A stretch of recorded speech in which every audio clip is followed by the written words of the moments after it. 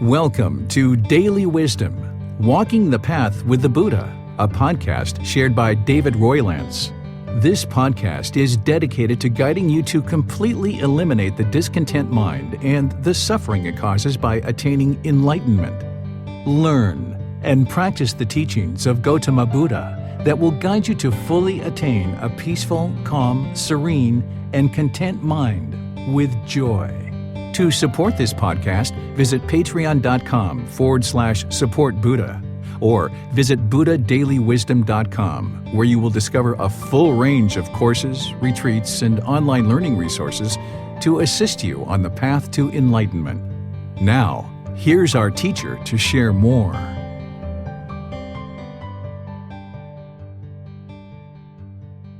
Sawadee Kap. Hello and welcome to Daily Wisdom, Walking the Path with the Buddha.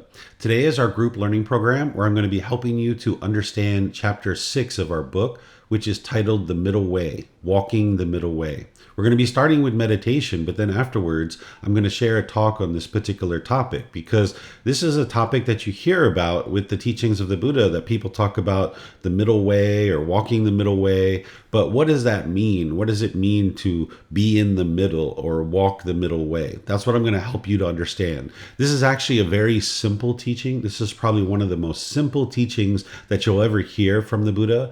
But when you understand it, the profoundness of this teaching is actually because it is so simple. And when you apply it to your day-to-day life, it'll have drastic impact in all parts of your life. So welcome to all of you, whether you're joining for the first time or you're joining regularly. And at the same time, I'd like to invite you for meditation. What I'm going to do is I'm going to start with some chanting in order to ease us into the meditation. You guys are welcome to join in with the chanting. At the temple there at Wat Tong Yu, I have chanting sheets on the cabinet that you guys are welcome to join in. And for those of you guys that are online, you can access these chanting sheets by going to buddhadailywisdom.com, click on free books, and down towards the middle of that page, you'll see the chanting there. After the chanting, I'm going to come in with some guidance where I'm essentially going to be teaching you or instructing you how to meditate while we're actually meditating. Then there's going to be a period of time where it's just quiet and we're all meditating. Then we're going to come out of that with some more chanting, and that's where I'll start today's class, helping you guys to understand this topic of the middle way. So if you'd like to take a position, either seated, lying, or standing, you can sit in any of these, seated, lying, standing. There's even a walking position. You're welcome to meditate however you like. I'm going to do the chanting, and then I'll come back in with the guidance afterwards. Arahang Samma Sambuddho Bhagava Buddhaṃ Bhagavaṃ Abhivateyami Savakato Bhagavata Dhammo Dhammang namasami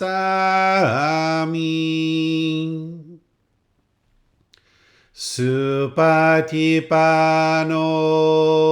Bhagavato Savaka Sankho Sanghang namami Namo rasa bhagavato arahato samma sambuddhassa Namo rasa bhagavato arahato samma sambuddhassa Namo rasa bhagavato arahato samma sambuddhassa Iti piso bhagava arahang samma sambuddho Vicacaranang sammuno Sakatoro kawitu anutero purisa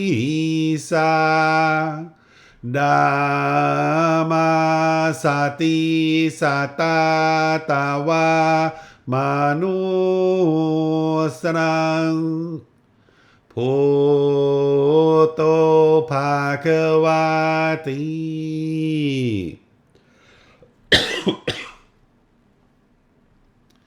Okay, with the lower body and hands and arms comfortable,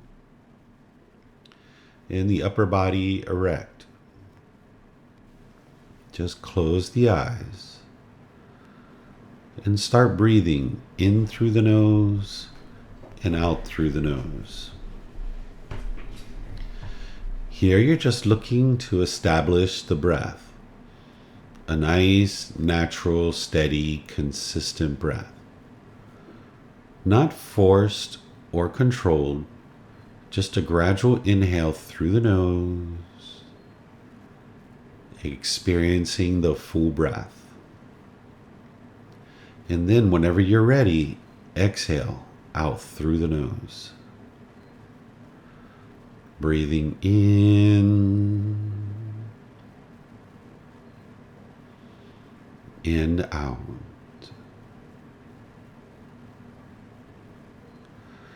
Breathing in and out.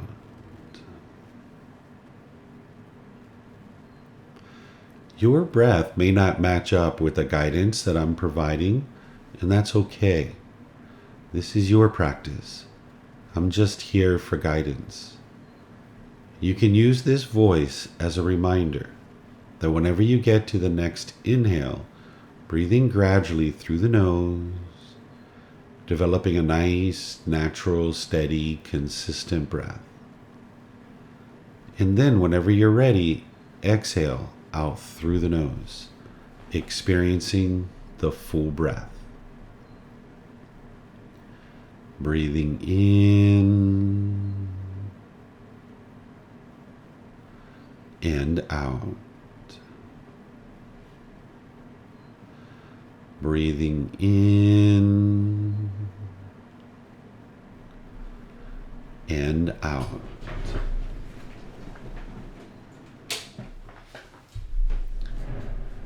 With the breath well established, start fixating the mind on the breath. Either the sound of the breath coming into the nose or the sensation of air moving over the skin into the nose. The breath is the present moment. Fixate the mind on the breath, the present moment. Breathing in and out.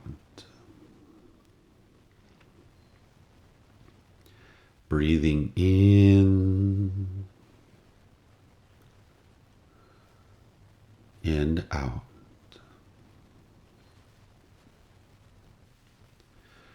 With the mind fixated on the breath, whenever you notice that it moves off the breath, cut that off, let it go, and come back to the breath, the present moment. No need to observe the thought, label it, judge it, analyze it, or even try to figure out where it's coming from.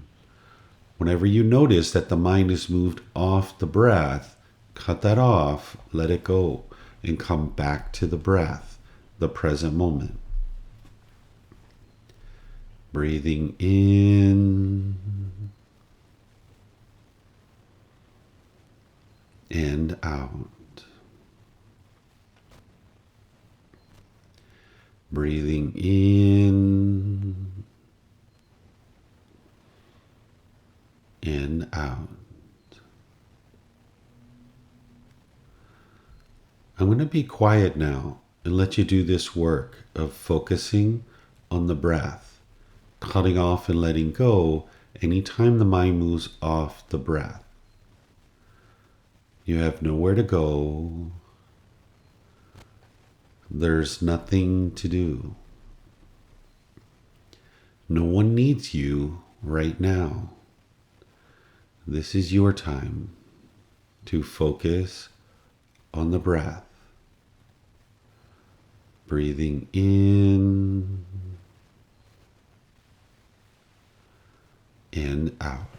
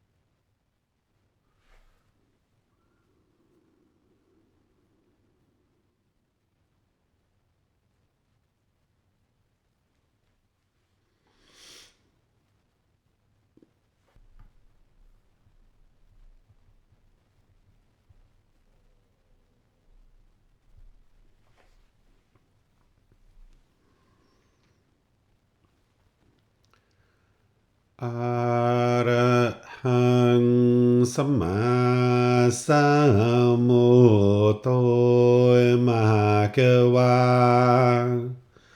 พุทธังมหาเกวันหังอภิวาเทมิสวากขาโตมหาเกวตาธัมโมธัมมังนามัสสามิสุปฏิปันโนมหาเกวโตสาวกสังโฆสังฆังนามามิ นับโมตัสสะภะคะวะโตอะระหะโตสัมมาสัมพุทธัสสะนับโมตัสสะภะคะวะโตอะระหะโตสัมมาสัมพุทธัสสะนับโมตัสสะภะคะวะโตอะระหะโตสัมมาสัมพุทธัสสะอิติปิโสมหะเกวาอะระหังสัมมาสัมพุทโธวิชาจารนังสัมมุโนสกาโตโรกาวิตุอนุเตโรปุริสาธัมมาสติสัตตาตาวามนุสนังพุทโธภควาติ Okay, if you guys would like to slowly make your way out of meditation. Once again, welcome to all of you guys. Nice to see everyone in class today, whether you're joining at the temple or you're joining online. Welcome to all of you guys. I'd like to start off with just apologizing for my voice. This body is a bit sick here, so I'm experiencing some impermanence, but I'm very dedicated to sharing these teachings with all of you guys. So that's why I'm still here to share the teachings of the Buddha with you guys. What I'm going to be sharing with you guys is a teaching called the Middle Way, walking the middle way. This is a very profound teaching, in my opinion.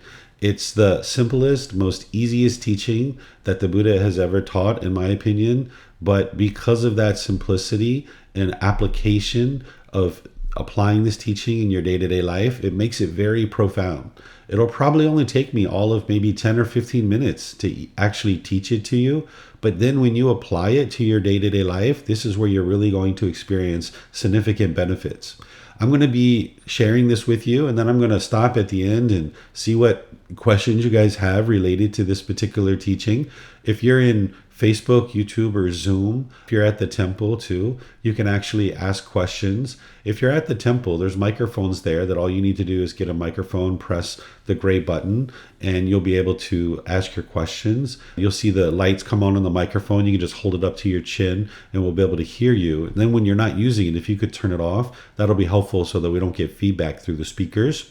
And then for anybody who's in Facebook, YouTube, or Zoom, you can ask your questions by putting that into the comment section. Or in Zoom, you can electronically raise your hand and ask any and all questions that you like. So this teaching of the middle way is something that you hear people talking about with the teachings of the Buddha a lot. The Buddha talked about this middle way, and people might say, oh, you're not in the middle, or you need to practice the middle way. But what is this middle way, and where did it actually come from? Well, at one point during the life of the Buddha, there was a particular student who was an ordained female. And this woman asked the Buddha a question. And this particular woman actually played an instrument prior to ordaining. She played an instrument called a lute. This is a sitar, but it's a similar instrument. It's a stringed instrument. And this individual asked the Buddha a question, and he was trying to help her to understand this middle way and how to bring the mind to the middle. And one of the things he asked her is, he said, if your instrument string is too loose and you pluck the string, does it play beautiful music? And she says, no, it doesn't play beautiful music. And he said, well, what about if you tune it too tight and the string is too tight and you pluck the string? Does it play beautiful music? Does it play the way it's intended to play? And she said, no, the instrument doesn't play beautiful music. And he says, well, what if you tune it just right to the middle and you pluck the string? Does it play beautiful music? Does it play the way it's intended to play? And she said, yeah, that's exactly what I need to do, essentially, is tune the strings right to the middle, and that's when it plays beautiful music, the way the instrument is intended to play. And the Buddha says your mind is exactly the same way, that if it's too tight or too loose, that it doesn't perform the way it needs to perform. That if you're holding on to things really, really tightly, then your mind is going to experience anger, sadness, frustration, irritation, annoyance, guilt, shame, fear, stress, anxiety, loneliness, boredom, shyness, resentment, jealousy, all these different feelings that the Buddha is guiding you to be able to eliminate. The mind's going to experience those because you're holding on to things really tight. You're not going to experience the peace and the joy that is the enlightened mental state. But if you were all the way on the other side, where you were kind of lackadaisical and lazy and dull and lethargic about things, then you're not going to experience peace and joy there either. It's only when you come to the middle that you're actually applying the teachings of the Buddha in a way that your mind can actually be peaceful and joyful. It's really challenging for people to be able to see this middle way and to actually practice it. Because what the mind does in the unenlightened state is it's craving. It's having desire, wants, and expectations. And it's chasing after things. And if it gets what it wants, it gets happy and excited. It gets pleasant feelings. But if it doesn't get what it wants, it gets painful feelings like anger, sadness, frustration, and others. And if the mind's out there in the world chasing after things, if you're not doing that, then the mind will typically swing all the way to the other side where you're dull and lethargic or exhausted. So if you go out in your day and you're having craving, desire, attachment, and things are going your way and you're getting what you want, you'll be like, oh, this was such a good day. Oh, it was so wonderful. But if you go out into the world with all this craving, desire, attachment, and your mind's not getting what it wants, you'll be exhausted and tired. You'll say, this was a horrible day. And your mind will be in this exhausted state where you just might feel like there's bricks on your feet or bricks on your shoulder, and you're kind of dragging this burden through life. Well, it doesn't have to be that way. You can actually practice the middle way where you're not chasing after things, but you're not dull and lethargic either, that you come to the middle. And whether this is related to your relationships, your finances, pursuing your business life, your career, whether it's maintaining your home or any kind of thing like this, you can practice the middle way and you can apply this teaching. Because let's just take, for example, like maintenance of your home.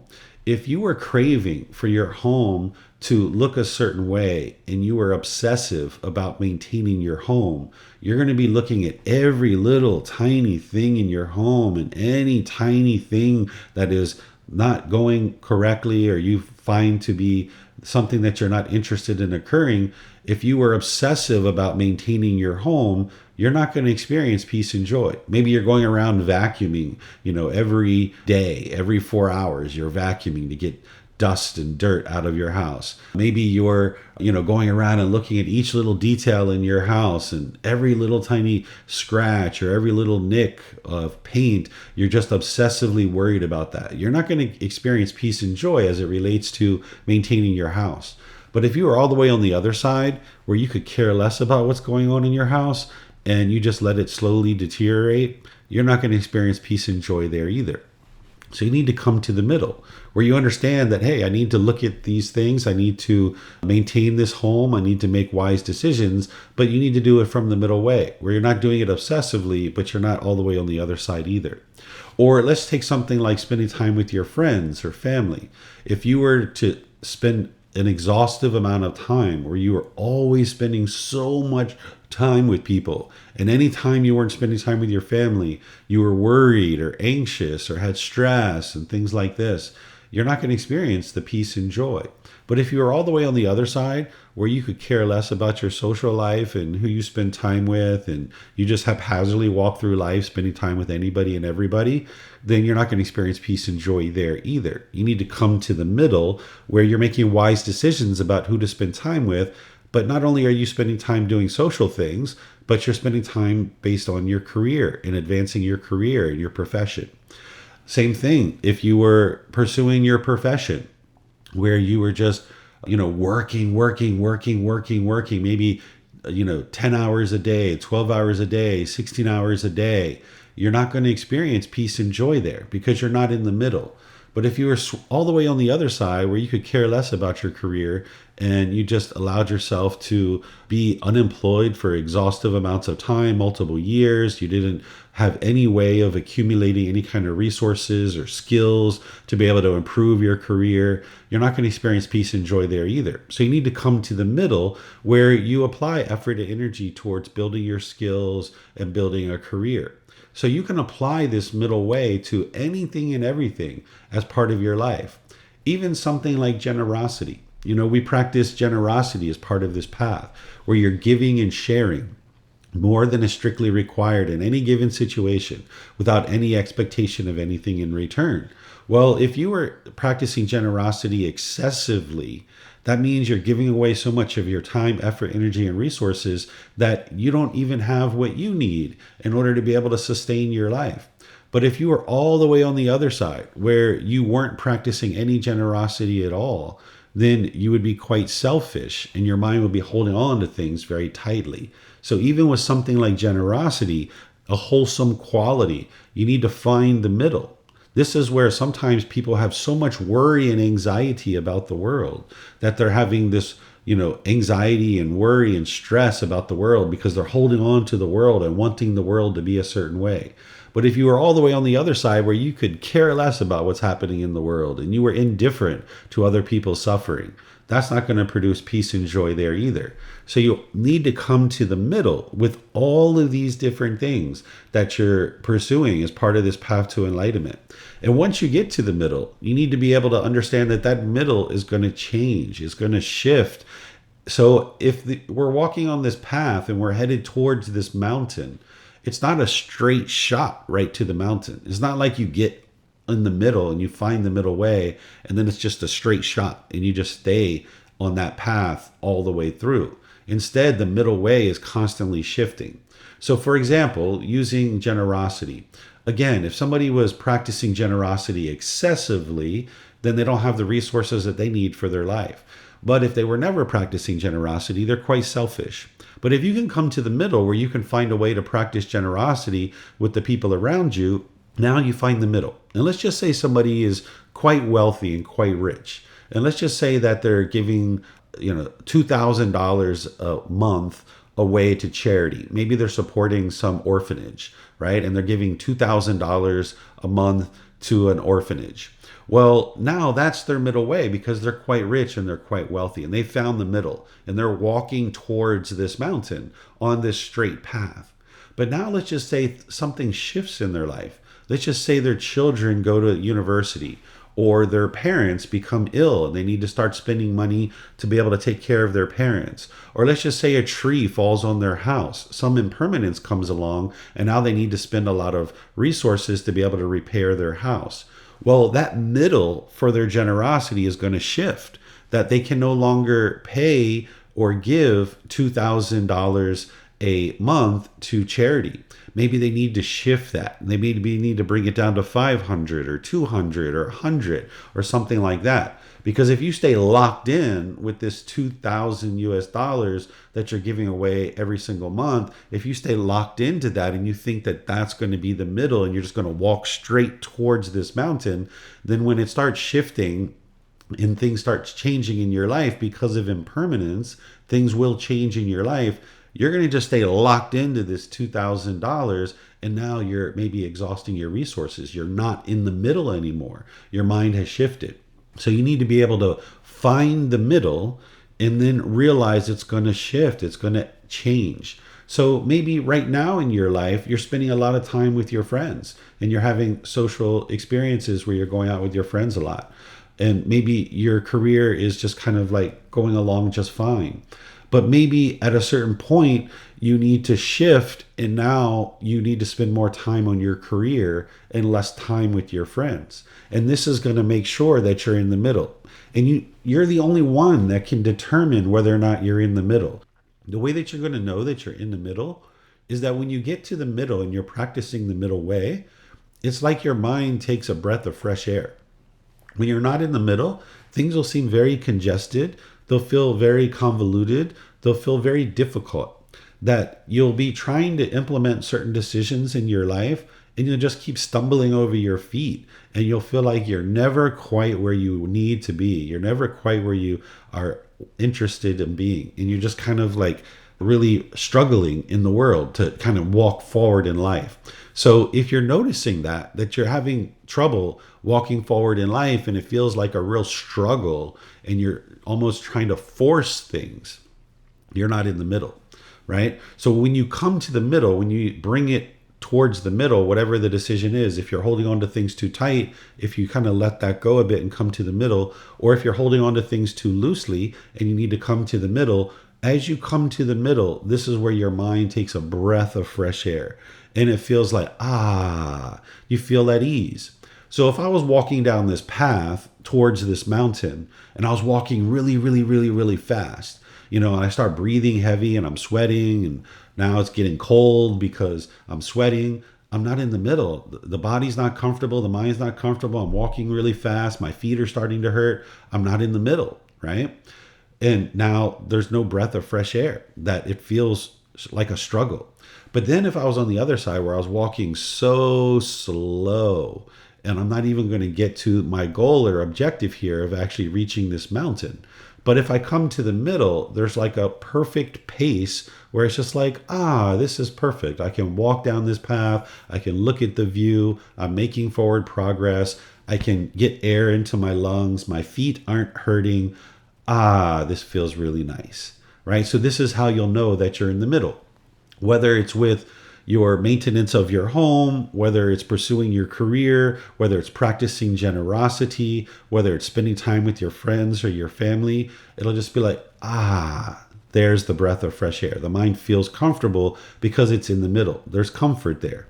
And now you need to be able to observe that middle and stay there.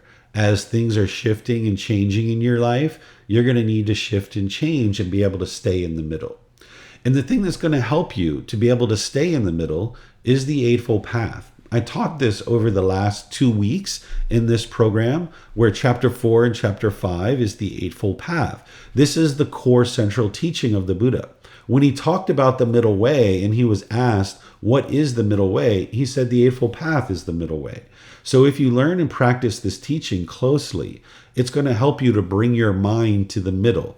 Where when you're not practicing the middle way, then you're not practicing this Eightfold Path, your mind is not going to be in the middle and you're not going to have that breath of fresh air. So for example, the Buddha teaches right speech.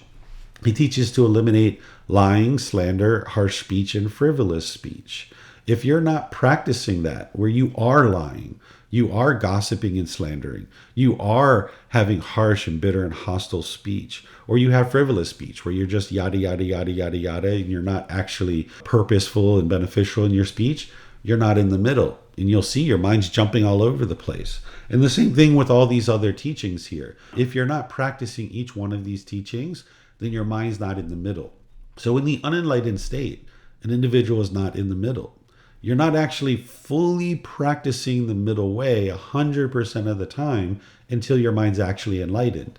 But on your way to enlightenment, wherever you see that you're not in the middle, that you're holding on to things too tight or you're holding on to things too loosely, you need to notice that with your mindfulness or awareness of mind, and then you need to apply right effort to bring this to the middle, where you can gradually pursue your goals, objectives, or interests through wise decision making, where you're not chasing, but you're not dull and lethargic either.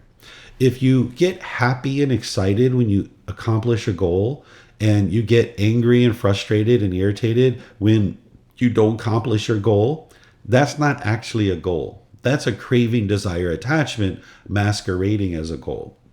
You would like to get to the point where you're gradually pursuing a true goal, a true interest, but you're not basing your feelings on whether you accomplish it or not. If you're 80% of the way to your goal and you're like, I haven't met my goal here.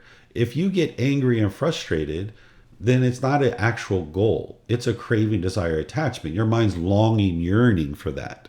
You're wanting and expecting that. But if you get 80% of your way to your goal and you're like, I could maybe add some more time here, give my timeline some more time, and I could maybe accomplish this goal. Or maybe I could add more resources to be able to accomplish this goal. Or you know what? I'm actually fine with the 80%. I don't need to go any further. I'm just completely fine with this 80%. And now you can maintain your peace and your joy, your contentedness. That's a true goal. Because if you understand the universal truth of impermanence, you're not going to always meet your goals. It's not possible. I'm here in the USA and I came here to teach a bunch of classes, and students have brought me here to be able to teach some classes. And I've taught 2 classes so far. And each one of these places that I go to teach, the plan is to set up our camera, set up our sound equipment, and actually live stream the classes from that location. But both of the locations that I went to, I wasn't able to live stream. The first one, there was a problem with the sound system. I couldn't live stream. The second one, we actually showed up really late. We were in a traffic jam. It was supposed to take us 40 minutes to get there. It ended up taking us 2.5 hours to get to where we were going because of this parade that they had in San Francisco. And they had a lot of the roads shut down and we couldn't get through, right? So it took us 2.5 hours to get there. I got there literally 5 minutes before the class actually started. I had no time to set up the live streaming, right? So I went there with the goal of live streaming, fully realizing that that may or may not actually happen. And when I showed up and I was there 5 minutes before class, I was like, you know what? Let me just set up the computer, the projector, and the screen. That's really all I need to get this class started. And now I can start class, right? And I can maintain my peace and maintain my joy because I wasn't longing, yearning, wanting and expecting to get there at a certain time and longing, yearning to actually live stream. So you need to be able to find this middle with each individual situation through having goals, objectives, or interests that you're gradually pursuing through wise decision making, fully realizing in some situations you're not going to be able to accomplish that particular goal. And if you're not craving and longing, yearning for it, you can maintain your happiness. But if you're also not on the other side where you could care less about what's going on and you're not really pursuing certain objectives in life, then you can maintain your peace and joy. You can work towards certain goals and objectives through wise decision making, finding that middle. And now when you're in the middle, it'll feel like the mind is taking a breath of fresh air. Okay, so this is the middle way, and you can apply it to all parts of your life. And I gave you some examples of that. But what I'm going to do is I'm just going to stop here. This is all I have to share with you guys for today's class, and see what questions you guys might have. If there's certain things that you're challenged with and you having difficulties finding the middle, we can talk about that. Or if you have questions about the teaching itself, about what is the middle way, we can talk about that. Or if you have questions about any other part of the teachings of the Buddha, we can discuss that as well. So if you have questions, again, at the temple, you can just turn on the microphones and you'll be able to ask your questions. But if you're in Facebook, YouTube, or Zoom, you can put that in the comment section. Or in Zoom, you can electronically raise your hand, unmute your microphone, and ask any and all questions you like that way. So let me know what questions you guys have.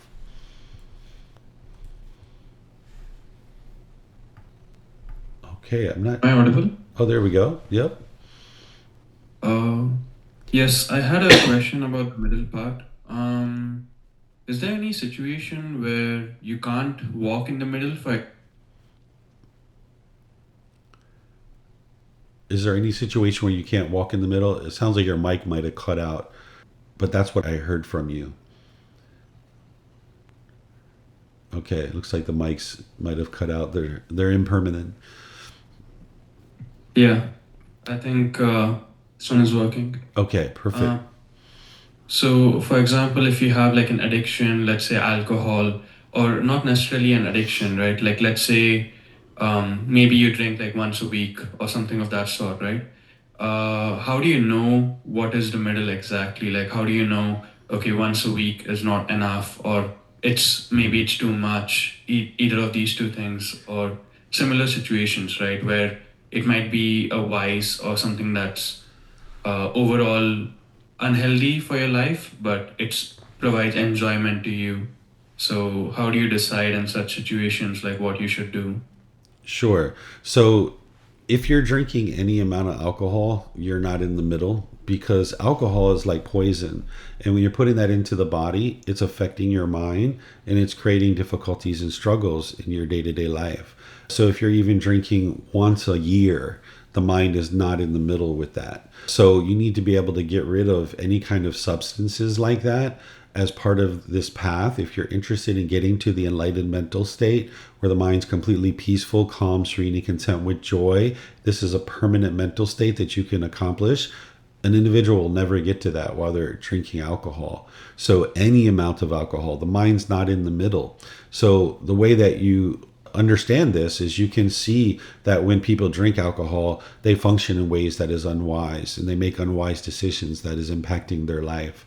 So with that kind of thing, you would like to get rid of it 100%. So coming to the middle would be to have things like water and fruit juices and other types of drinks that are going to hydrate the body. That's the purpose of putting liquid into the body, is to hydrate the body. But because of the mind's sensual desire, that the mind's trying to get pleasure through the tongue, in this particular example, that there's this longing, yearning for this substance of alcohol. So there's no amount of alcohol that would be the middle way for you here. And like you were saying, that you might right now, you're saying you're enjoying the ingesting of alcohol. That's the mind's craving, desire, attachment, that it can't have fun, it can't enjoy things unless it has this alcohol.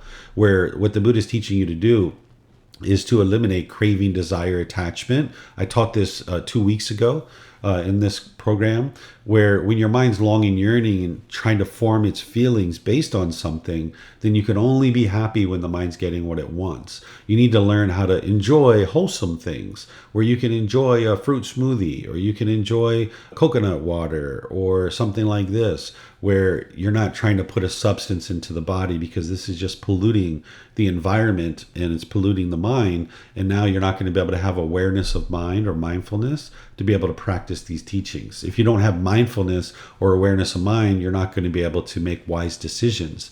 This is why people end up experiencing difficulties and struggles, because they might be taking alcohol or drugs, and now their mind is not making wise decisions, and you experience unwholesome results or unwholesome karma in your day-to-day life.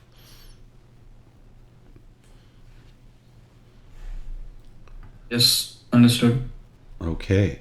So we have some questions coming in on YouTube. This one is saying, this is a basic question about meditation, not one that's focused on today's lesson. Whenever I try to focus on my breathing, I immediately become too aware of it and forget how to breathe normally. I can't find a natural breathing rhythm once I start focusing on it. Is there any way to get rid of this feeling, or something else I can focus on during meditation? All you need to do here is you need to do a little bit of practice with your breath. I used to have to do this too, that before I started meditating, I would just spend some time with my eyes open, just getting used to breathing. So most people in the unenlightened state, without any kind of training, they actually breathe very shallow and very rapidly. So when I talk about in meditation, when I say develop a nice, natural, steady, consistent breath, that's not forced or controlled, a natural breath. What I'm talking about there is a nice, slow, gradual breath. And you're going to need to practice this outside of meditation, where you get the body and the mind used to breathing in this way. So you like to just, breathe in through your nose. You're probably not going to hear me here. Maybe you can because I'm sick, but I'm just going to try to exaggerate my breath a little bit, and maybe you can hear it on the microphone, where you just sit with your eyes open and you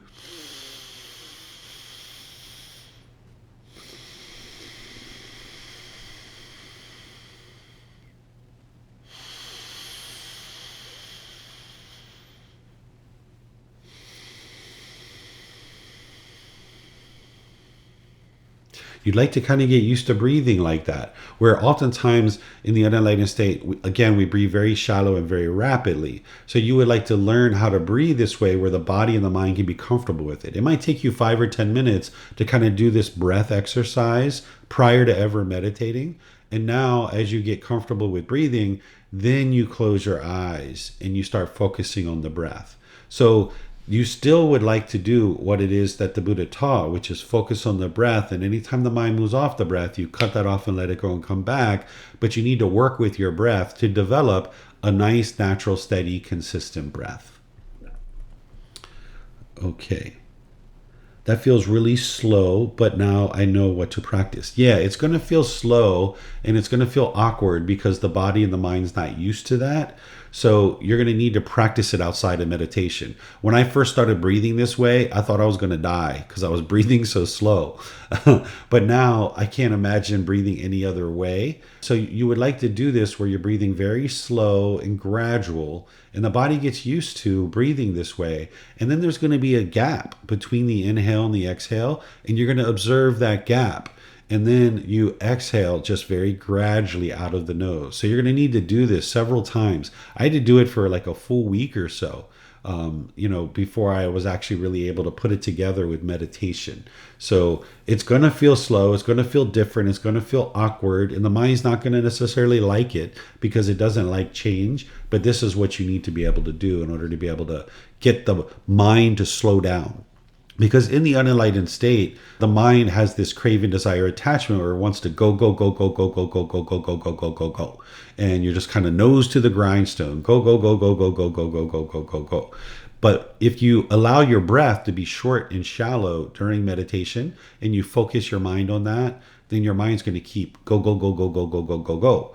But if you slow the breath down and now you focus your mind on that, it'll actually slow the mind down and you'll be able to be more consistent and steady and stable in your meditation, but outside of meditation too. This is the training that the mind needs. Whereas if you just allow the breath to continue to be rapid and shallow, then your mind never gets the training that it needs to slow down. So that therefore outside of meditation, you're going to keep go, go, go, go, go, go, go, go, go, go, and it's not going to produce wholesome results for you. Okay, any other questions that you guys have? Anything else you'd like to ask about or discuss? Okay, I don't see any other questions anywhere. So what I'm going to do then is I'm just going to end class by thanking all of you guys for joining. Thank you for understanding that my voice is not so healthy right now. There's some impermanence here, but I'm working on getting healthy, taking some medicine here and eating good food here in the USA. So thank you guys for joining. Thank you for understanding the voice. Next week, I'm going to be in chapter 7, which is titled The 5 Precepts, a Householder's Guide to Daily Practice. This is where you're going to learn 5 impactful decisions that you could make either wisely or unwisely, and it's going to produce either wholesome or unwholesome results for you. If you've heard that the Buddha taught no killing, no stealing, no sexual misconduct, no lying, and no intoxicants, this is actually not true. That's not the teachings of the Buddha. That sounds like black and white. It sounds like rules and commandments. The Buddha actually didn't teach that way. His teachings are much more illuminating. His words that he uses are going to help guide you much more on these particular types of decisions. So I'm going to share with you his original words on the 5 precepts. And then what I'm going to do is I'm going to relate it to your day-to-day situations that you encounter on a day-to-day basis and show you how to take these 5 precepts and apply it to day-to-day decisions that you actually make on a regular basis. So whatever you do today, have a very lovely and wonderful rest of your day. Perhaps we'll see you next time. Take care. Sawadee krap. Thank you for listening to this podcast. To provide support for this podcast, visit patreon.com/support Buddha. To access more teachings, visit buddhadailywisdom.com. There, you will discover a full range of courses, retreats, and online resources to assist you on the path to enlightenment. Remember to establish a daily, consistent meditation practice, along with learning and practicing these teachings. A well-developed meditation practice is the foundation in which to train the mind to attain enlightenment.